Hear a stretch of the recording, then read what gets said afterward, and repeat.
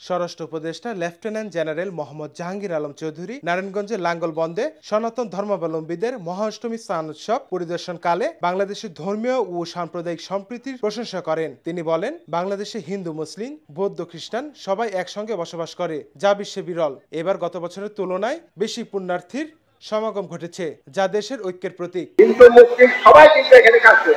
আমাদের এখানে কিন্তু কোনো ধরনের কোনো ভেদাভেদ নাই। হিন্দু, মুসলমান, বৌদ্ধ, খ্রিস্টান এখানে কারো কোনো ভেদাভেদ নাই। আমরা এখানে সবাই আমরা বাংলাদেশি এবং বাংলাদেশি হিসাবে আমরা এখানে কিন্তু সবাই আসছি এবং আমরা এখানে একটা পুণ্য স্নান করে সবাই আপনাদের জন্য আমরা পুণ্য সবসময় থাকতে পারি এটার জন্য ব্যবস্থা করা হয়েছে। আমি আপনাদের সবাইকে ধন্যবাদ। তিনি পর্যটন মন্ত্রণালয়ের মাধ্যমে লাঙ্গলবন্দকে পর্যটন কেন্দ্র হিসেবে গড়ে তোলার পরিকল্পনার কথা জানান। তবে ধর্মীয় ভাব গাম্ভীর্য রক্ষার উপর জোর দেন। এ সময় ঢাকা বিভাগীয় কমিশনার, পুলিশ কর্মকর্তা ও স্থানীয় প্রশাসন উপস্থিত ছিলেন।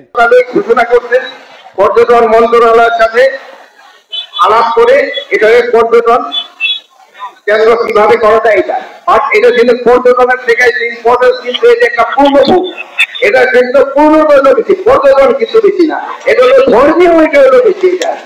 এখানকার পর্যটন আসলে কিন্তু অনেক সময় ধর্মীয় ভাবভঙ্গির যেন নষ্ট না হয় এটা থেকে আপনাদের খেয়াল রাখতে হবে। স্বরাষ্ট্র উপদেষ্টা গুজব রোধে সতর্ক করে বলেন, বিদেশি মিডিয়ার মিথ্যা সংবাদের মোকাবেলায় দেশীয় গণমাধ্যমকে সত্য তুলে ধরতে হবে। কোন নিয়মে কোথায় কি বলবো, অনেকে আসে যে মিথ্যা সংবাদ দিলে হয়তো লোকজনে বেশি হবে, সে পয়সাটা বেশি হবে। এই জন্য কিন্তু অনেক কাজ করে। বিদেশি মিডিয়াও হয়তো আমাদের দেশের সাথে সম্পর্ক ভালো, তারাও অনেক সময় চায় যে একটা মিথ্যা সংবাদ দিতে, বাট আপনারা সত্যি সংবাদ দিয়ে তাদের এদিকে আপনারা কাউন্টার। নাফিউল লিকসন, দৃষ্টি 24।